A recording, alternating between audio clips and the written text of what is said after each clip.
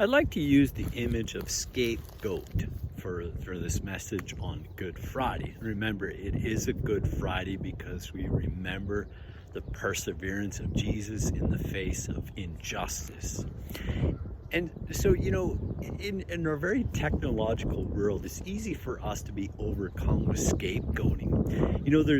In other words, there's people or a person we can blame, or a group of people we can blame for our problems.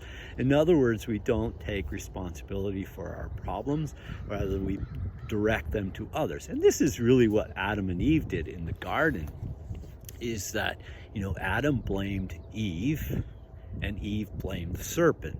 They weren't able to take responsibility. But also we have to come to an awareness of our own dark side. Of course, it's easy to pick out the dark sides of a certain politician or a certain group of people at times that we hear about all the time, but we have to be attentive to our own darkness.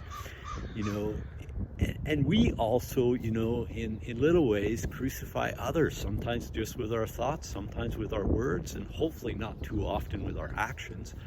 But we have to be able to let this go. And the more we are aware of our own darkness, the more we focus on letting go of that than being over concerned about others. And so Jesus, he's able to accept being the victim. He didn't get a proper trial. Pilate responded out of fear. He could have blamed Pilate, like, come on, man, toughen up a little bit. He's betrayed by Judas. He's denied by Peter. He's deserted by most of the disciples. And so he could have blamed. He had many places to place the blame, and yet he just accepts being a victim. In other words, he doesn't victimize anybody else through his crucifixion. He becomes the model for us. Because there will be times where we will face our own injustices, but yet we can always use it for the benefit of others, use it for the benefit of our world. And so may we take some time today to just gaze upon and consider the crucified Christ and that perseverance of love being stronger than any obstacle.